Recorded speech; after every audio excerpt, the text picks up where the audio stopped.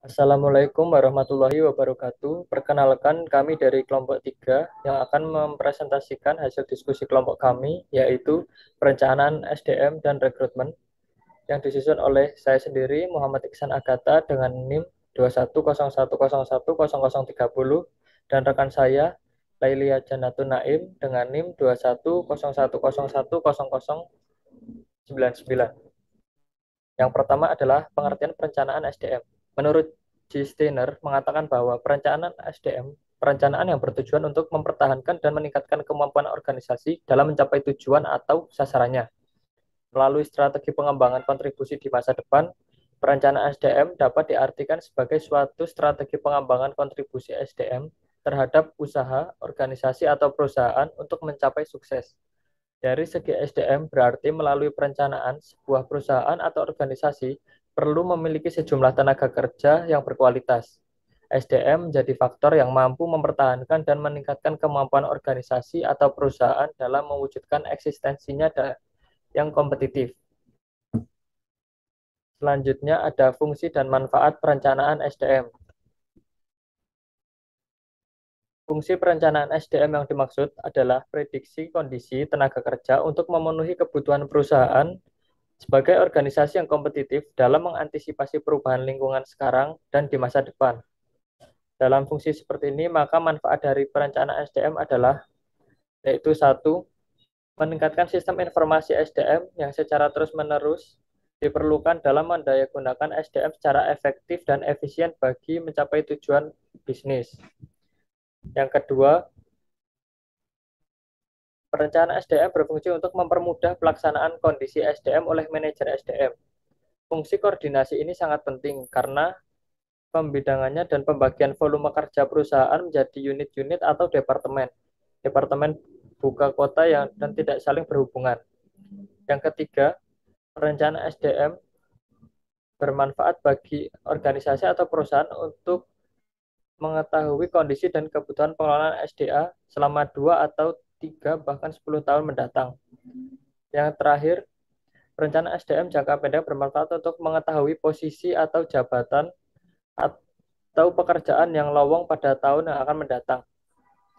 Manfaat perencanaan SDM sebagaimana dijelaskan di atas untuk organisasi atau perusahaan besar dengan jumlah ribuan, belasan ribu atau ratusan ribu yang kompleks dan rumit mengelolanya. Oleh karena itu, dengan manajemen SDM yang profesional yang membebani perusahaan dengan sejumlah pembiayaan harus diperoleh keuntungan yang lebih besar. Berbeda dengan perusahaan atau organisasi kecil yang perlu mempertimbangkan untuk melaksanakan kedua kegiatan manajemen SDM tersebut dari segi nilai, waktu, dan pembiayaan yang harus dikeluarkan. Yang ketiga, proses perencanaan SDM. Dalam uraian terlebih dahulu, telah berulang kali dikemukakan bahwa hakikat dari eksistensi organisasi atau perusahaan adalah kemampuan melaksanakan pekerjaan untuk merealisasikan rencana strategis dan rencana operasional bisnisnya. Untuk itu, diperlukan sejumlah SDM yang kompetitif dengan karakteristik sebagai berikut. Yang pertama, memiliki kemampuan menjaring, mengelola dan memanfaatkan informasi dalam mencari peluang bisnis yang menguntungkan. Yang kedua, memiliki kemampuan merespon secara tepat dalam arti mampu mengambil keputusan untuk mewujudkan bisnis yang menguntungkan. Yang ketiga, memiliki kemampuan merespon secara cepat dalam arti mampu dan berani memerintah dan melaksanakan keputusan pada saat yang tepat. Yang keempat, mampu menghindari atau memperkecil resiko dalam melaksanakan keputusan dalam arti mampu melaksanakan pekerjaan secara efektif dan efisien dalam melakukan keputusan dengan atau tanpa bantuan orang lain. Yang terakhir, mampu mengendalikan cost benefit rasio yang menguntungkan dalam arti mampu bekerja dengan produktivitas dan kualitas tinggi dan mampu pula merebut dan memperluas pasarnya sehingga pengeluaran lebih besar daripada pemasukan.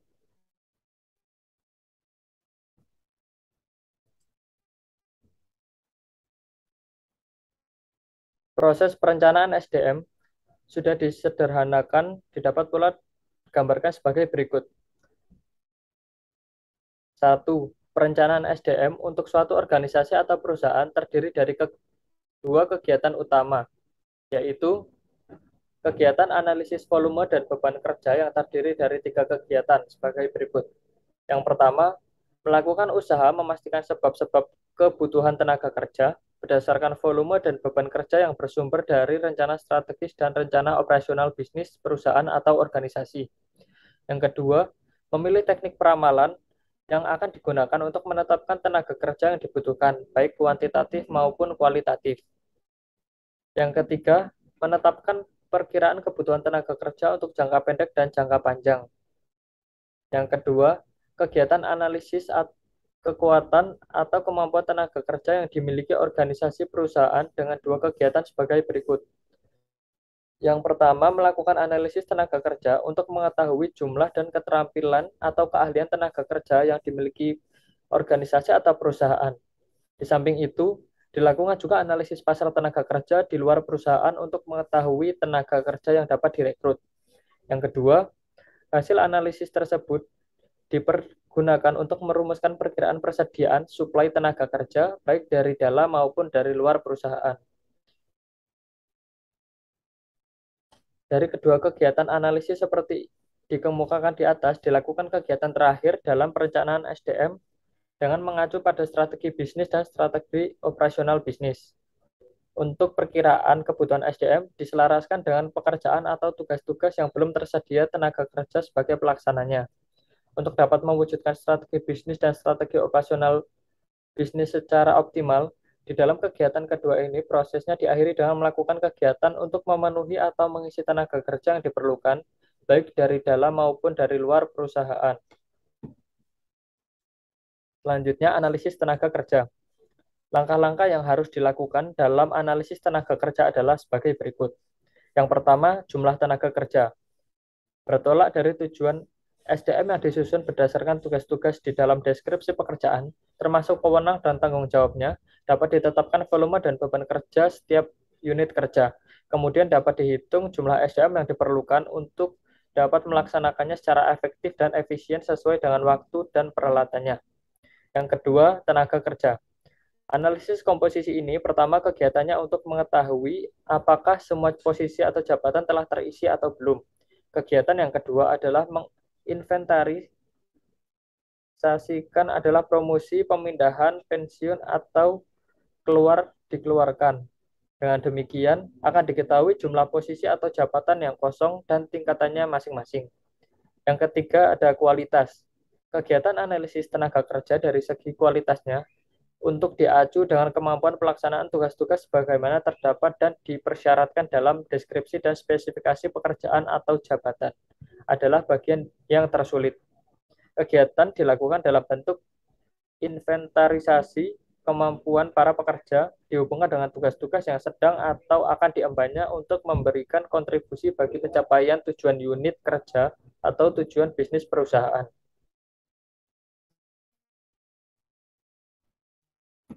Selanjutnya, faktor perencanaan SDM. Yang pertama ada faktor eksternal, yaitu terdiri dari faktor ekonomi nasional dan global, faktor sosial politik dan hukum, faktor teknologi, dan faktor pesaing. Dalam faktor ekonomi nasional,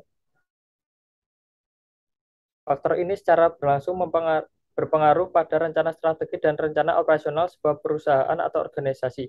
Pengaruh itu mengharuskan perusahaan mempelajari kembali kekuatan dan keterbatasan yang dimilikinya dalam melaksanakan bisnis di dalam bidangnya. Yang kedua, faktor sosial, politik, dan hukum. Faktor sosial nasional dan internasional yang menempatkan penguasaan bahasa asing, khususnya bahasa Inggris yang semakin penting dalam berkomunikasi, telah mengharuskan organisasi perusahaan menjadikan sebagai mempertimbangkan yang besar pengaruhnya terhadap perencanaan SDM. Demikian pula faktor politik nasional dan internasional. Yang ketiga, faktor teknologi.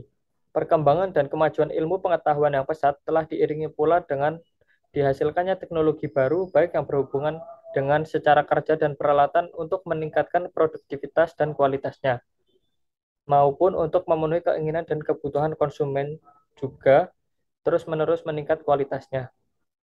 Yang keempat, faktor pesaing. Faktor pesaing merupakan wujud dari tantangan yang semakin berat dan tajam di penghujung abad dan memasuki abad ke-21 dalam dunia bisnis. Pesaing yang bergerak dalam bidang bisnis yang sama bagi suatu organisasi atau perusahaan akan mempengaruhi pasar bagi produknya, baik berupa barang maupun jasa. Yang kedua adalah faktor internal. Di dalam faktor internal ini terdapat beberapa subbab, yaitu rencana strategi dan rencana operasional.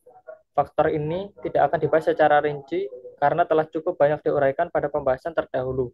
Untuk itu, dalam uraian berikut mengenai faktor ini, sifatnya adalah untuk memberikan penekanan tentang pengaruh terhadap perencanaan SDM. Yang kedua, ada anggaran atau cost SDM. SDM di lingkungan organisasi perusahaan yang disebut pekerja atau karyawan adalah orang yang digaji atau diupah dalam melaksanakan tugas-tugas dan tanggung jawabnya. Semakin penting kedudukannya di lingkungan organisasi atau perusahaan, maka semakin besar pula gaji atau upah yang diberikan. Yang ketiga, peramalan prediksi, produksi, dan penjualan.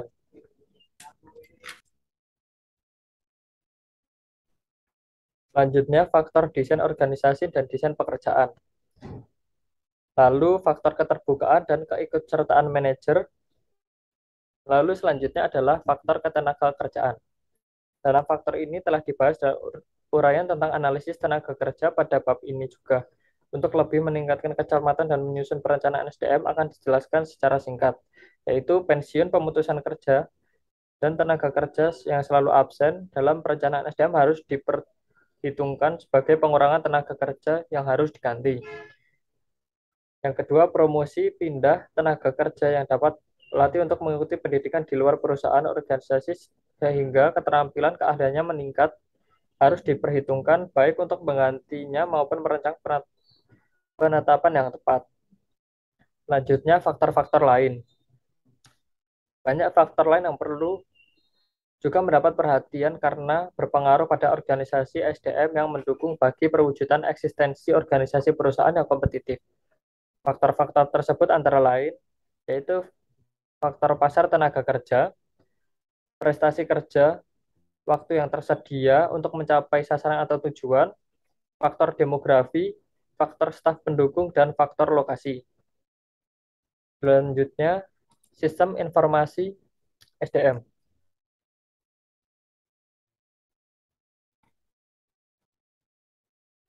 Yang dimaksud sistem informasi SDM dapat diartikan sebagai keseluruhan proses dalam menghimpun, mencatat, menyimpan, menganalisis, dan melengkapi atau menghimpun kembali data yang berkenaan dengan SDM untuk melayani pihak yang berwenang menggunakan dalam upaya mewujudkan eksistensi organisasi atau perusahaan yang kompetitif. Dari fungsi sistem informasi SDM yang terdapat di dalam pengertiannya, seperti disebutkan di atas, dapat ditelusuri dan diidentifikasi unsur-unsurnya. Unsur-unsur yang dimaksud adalah sebagai berikut. Yang pertama, pengelola informasi yang menjalankan fungsi menghimpun, mencatat, menyimpan, menganalisis, dan melengkapi kembali informasi tentang SDM. Yang kedua, sumber informasi yang berkewajiban memberikan informasi yang mengenai dirinya sebagai tenaga kerja. Yang ketiga, pemakai informasi, para manajer sesuai divisi atau departemen dan wewenangnya secara masing-masing. Yang keempat, saluran atau channel, seluruh saluran kegiatan manajemen secara efektif dan efisien. Yang terakhir, informasi yang berkenaan dengan kecakupan, ketepatan, dan keakuratan. Dengan kemajuan teknologi yang pada penghujung abad 20 telah menghasilkan teknologi komputer, maka banyak organisasi atau perusahaan yang dapat mewujudkan dan mengembangkan sistem informasi yang mendukung secara maksimal pencapaian tujuan bisnis perusahaan.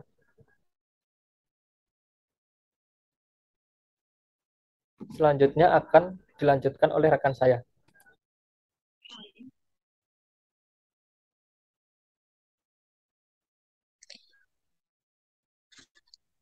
Yang selanjutnya, rekrutmen. Rekrutmen merupakan proses mendapatkan sejumlah calon tenaga kerja yang qualified untuk jabatan atau pekerjaan utama, produk lini dan penunjangnya di lingkungan suatu organisasi atau perusahaan. Berdasarkan pengertian tersebut, berarti rekrutmen merupakan langkah pertama dalam rangka menerima seseorang dalam proses pengupahan. Terdapat 3 kegiatan pokok dalam rekrutmen. Yang pertama, kegiatan seleksi. Seleksi adalah proses penetapan keputusan dalam menerima atau mengupah atau tidak menerima atau tidak mengupah setelah mempertimbangkan setiap pelamar atau calon untuk suatu pekerjaan atau jabatan. Yang kedua, kegiatan penempatan. Penempatan adalah penugasan seorang pekerja pada suatu jabatan atau unit kerja di lingkungan suatu organisasi atau perusahaan.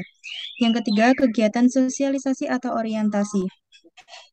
Sosialisasi adalah proses orientasi seorang pekerja baru pada organisasi atau unit kerja tempatnya akan bertugas. Kegiatan ini disebut juga kegiatan orientasi. Selanjutnya, terdapat 4 sikap yang berbeda di lingkungan organisasi atau perusahaan dalam melaksanakan rekrutmen. Yang pertama, sikap pasif atau diskriminasi. Sikap ini dimaksud adalah komitmen para eksekutif di lingkungan suatu organisasi atau perusahaan untuk meniadakan perbedaan dan memperlakukan secara sama dalam mengangkat, menggaji, dan memberikan promosi bagi para calon dan para pekerja. Yang kedua, rekrutmen berdasarkan perbedaan. Rekrutmen dilakukan oleh organisasi atau perusahaan dengan cara aktif mengelompokkan para pelamar dengan hanya menerima kelompok tertentu. Misalnya, hanya akan menerima sarjana ekonomi dengan indeks prestasi kumulatif atau IPK minimal 3,0. Yang ketiga, rekrutmen berdasarkan prioritas. Rekrutmen dilaksanakan oleh organisasi atau perusahaan dengan mendahulukan atau memprioritaskan kelompok tertentu. Misalnya dengan memprioritaskan wanita. Apabila tidak ada, maka yang pria pun diterima. Yang selanjutnya, nomor 4, rekrutmen dengan penjatahan. Rekrutmen ini dilakukan oleh organisasi perusahaan dengan menetapkan jatah untuk kelompok tertentu, misalnya hanya untuk putra daerah. Berdasarkan keempat sikap tersebut, keputusan dalam rekrutmen dan pengaturan staf sebaiknya dilakukan berdasarkan kasus masing-masing. Selanjutnya, faktor dalam pembatasan pasar tenaga kerja. Terdapat 5 faktor. Yang pertama, faktor geografi. Yang kedua, faktor pendidikan dan atau latar belakang teknis yang dipersyaratkan untuk suatu pekerjaan. Yang ketiga, faktor pengembangan industri. Yang keempat, faktor persyaratan kerja khususnya lisensi dan sertifikat. Yang kelima, faktor keanggotaan serikat pekerja. Setiap perusahaan atau organisasi dapat mempergunakan satu atau lebih faktor-faktor tersebut di atas dalam menetapkan rumusan batasan atau pengertian pasar tenaga kerja, sesuai dengan keperluannya dalam melakukan rekrutmen. Jika diperlukan juga pembatasan dari faktor lain, maka faktor keanggotaan serikat pekerja akan dijadikan rumusan yang kedua. Di negara yang memiliki lebih dari satu serikat pekerja, maka faktor ini akan dibatasi pada serikat pekerja yang dipilih adalah yang menurut pengalaman paling sedikit membuat masalah dalam memperjuangkan hak-hak anggotanya. Selanjutnya, rekrutmen internal. Untuk melakukan rekrutmen internal, kegiatan yang populer dan banyak digunakan diantaranya adalah yang pertama, rencana suksesi. Rekrutmen ini merupakan kegiatan yang difokuskan pada usaha mempersiapkan pekerja untuk mengisi posisi-posisi eksekutif. Yang kedua, penawaran terbuka untuk suatu jabatan atau job posting.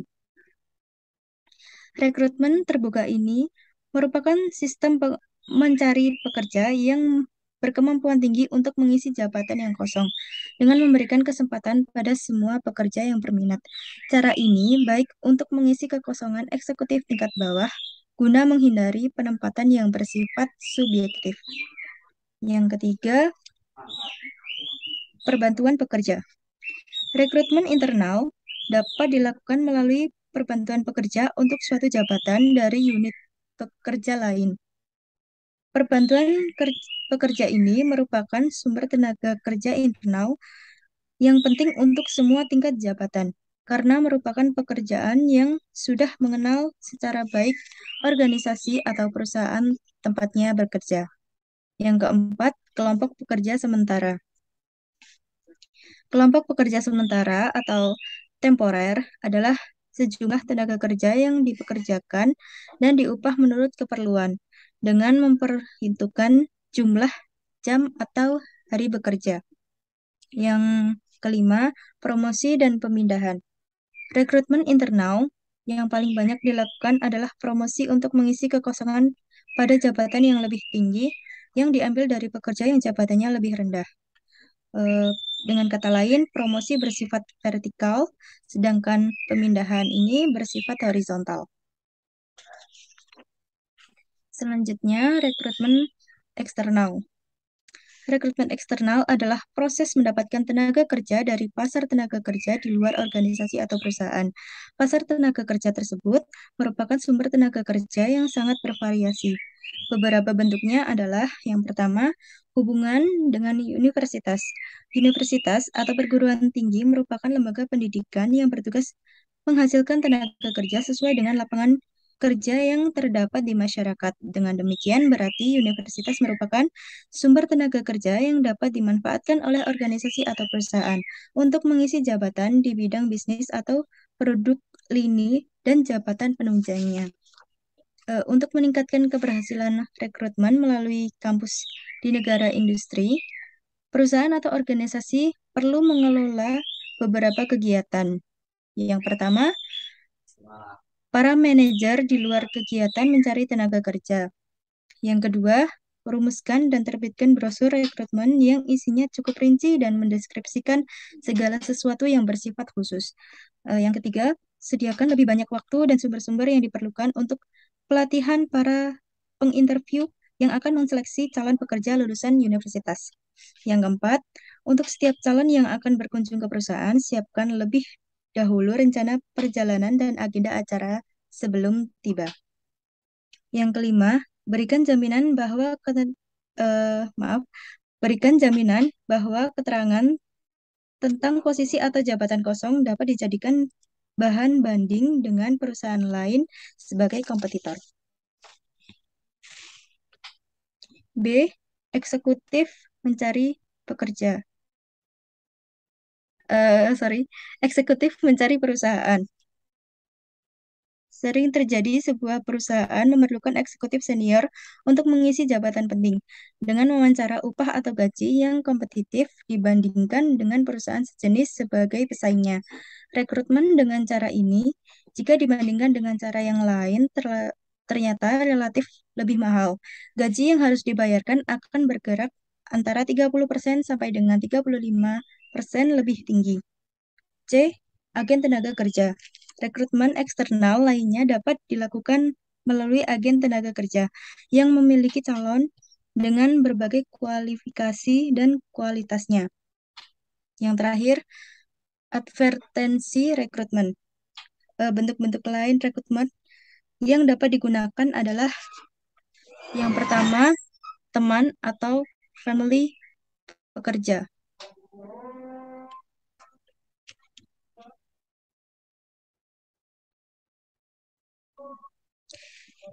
Cara ini dimaksudkan adalah memberikan kesempatan kepada pekerja untuk mencalonkan seseorang yang dikenalnya, dengan ketentuan harus melalui seleksi agar memperoleh tenaga kerja yang qualified. Cara ini disebut juga rekrutmen dari mulut ke mulut, yang mungkin merupakan rekrutmen internal dan mungkin pula bersifat eksternal. B. Kantor penempatan tenaga kerja. Di Indonesia, dalam rangka menyalurkan tenaga kerja yang sangat besar jumlahnya, ternyata pemerintah ikut berperan aktif dalam membantu pencari kerja untuk mendapatkan pekerjaan.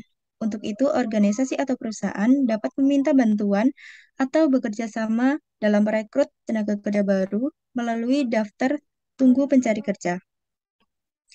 Setiap calon dipanggil untuk mengikuti seleksi agar diperoleh tenaga kerja yang kompetitif.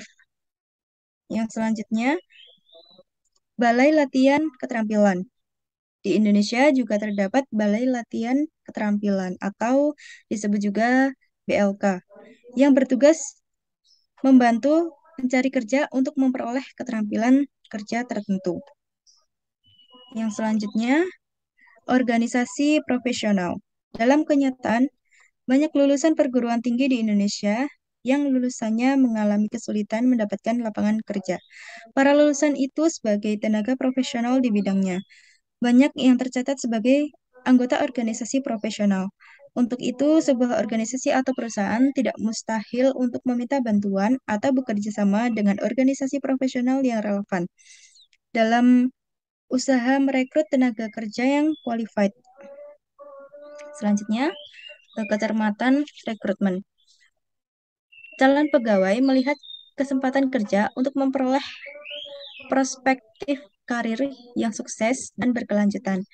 Sedang organisasi atau perusahaan menginginkan pemberian kesempatan kerja akan diisi oleh calon dengan perspektif mampu memberikan kontribusi terbaik bagi tercapainya tujuan secara berlanjutan. Sehubungan dengan itu, guna meningkatkan kecermatan dalam usaha merekrut tenaga kerja yang berperspektif, organisasi atau perusahaan harus selalu berusaha menyesuaikan kebijakan rekrutmen dalam merespon perubahan dan perkembangan pasar tenaga kerja. Ya, sekian.